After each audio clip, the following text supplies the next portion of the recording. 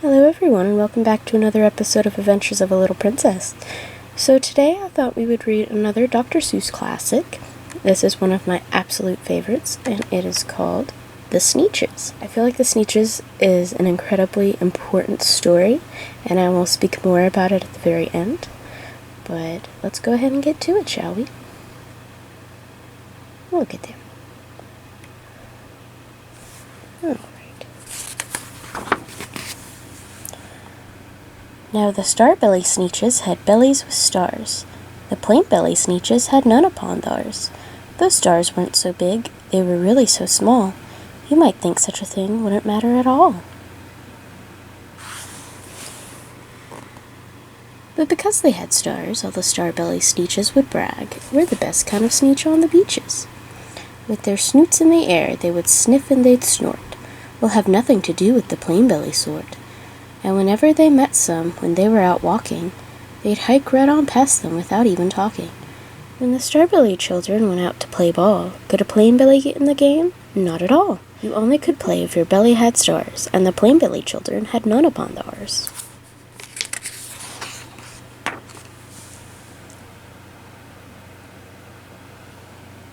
When the star-belly Sneetches had frankfurter roasts, or picnics or parties or marshmallow toasts, they never invited the plain-belly Sneetches. They left them out cold in the dark of the beaches. They kept them away, never let them come near, and that's how they treated them year after year. Then one day, it seems, while the plain-belly Sneetches were moping and doping alone on the beaches, just sitting there wishing their bellies had stars, a stranger zipped up in the strangest of cars. "My friends," he announced in a voice clear and keen, "my name is Sylvester McMonkey McBean, and I've heard of your troubles. I've heard you're unhappy, but I can fix that. I'm the fix-it-up chappie. I've come here to help you. I have what you need, and my prices are low, and I work at great speed, and my work is 100% guaranteed." There's old McBean.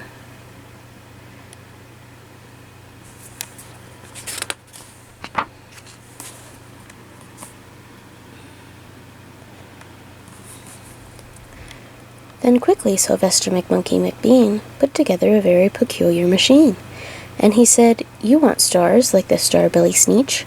My friends, you can have them for $3 each. Just pay me your money and hop right aboard." So they clambered inside, then the big machine roared, and it clonked and it bonked, and it jerked and it burked, and it bopped them about, but the thing really worked. When the plain-belly Sneetches popped out, they had stars. They actually did. They had stars upon theirs.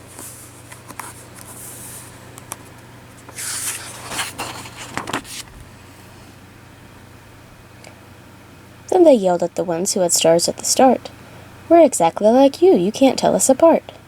We're all just the same now, you snooty old smarties. And now we can go to your frankfurter parties." "Good grief," groaned the ones who had stars at the first. "We're still the best Sneetches, and they are the worst. But now how in the world will we know," they all frowned, "if which kind is what, or the other way round?"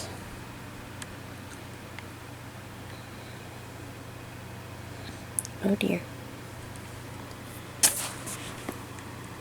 Then up came McBean with a very sly wink, and he said, "Things are not quite as bad as you think. So you don't know who is who?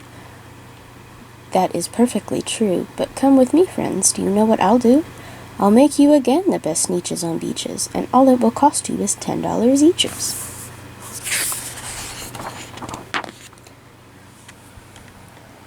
"Belly stars are no longer in style," said McBean. "What you need is a trip through my star-off machine.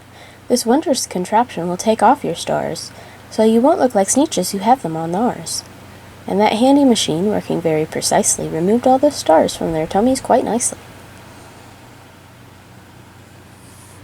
Then with snoots in the air they paraded about, and they opened their beaks and they let out a shout, "We know who is who, now there isn't a doubt. The best kind of Sneetches are Sneetches without." Then of course those with stars all got frightfully mad. To be wearing a star now was frightfully bad. Then of course old Sylvester McMonkey McBean invited them into his star-off machine.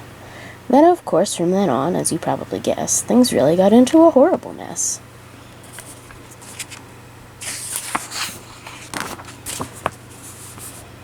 All the rest of the day, on those wild screaming beaches, the fix-it-up chappie kept fixing up Sneetches.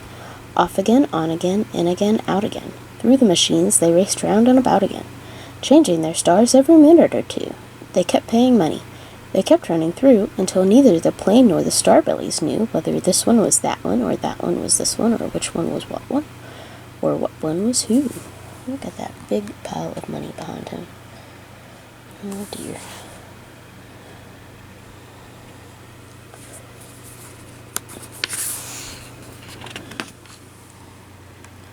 Then, when every last cent of their money was spent, the fix-it-up chappie packed up and he went.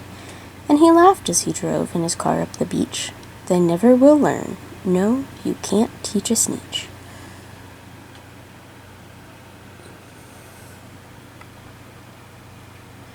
Looks like he made a lot of money, huh?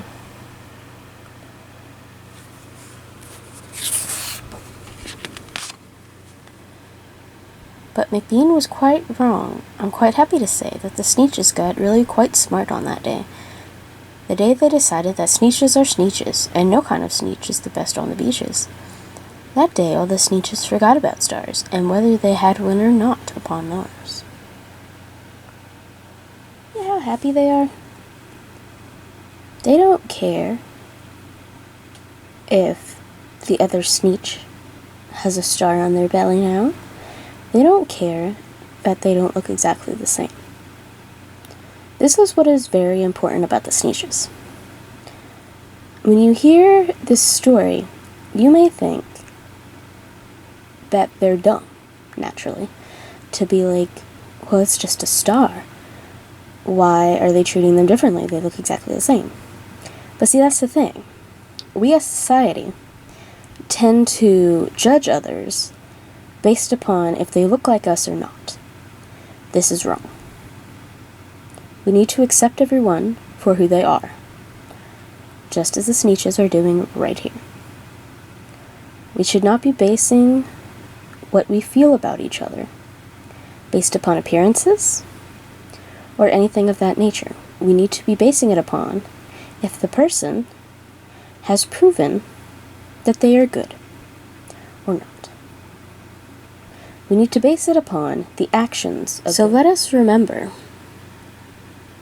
how important this story is to how we view others in our lives, how we plan to move forward, and to just be nice and accepting of those because we do not know what is going on in their lives. I want to thank you very much for joining me for my story time. If you liked this video, please give it a thumbs up.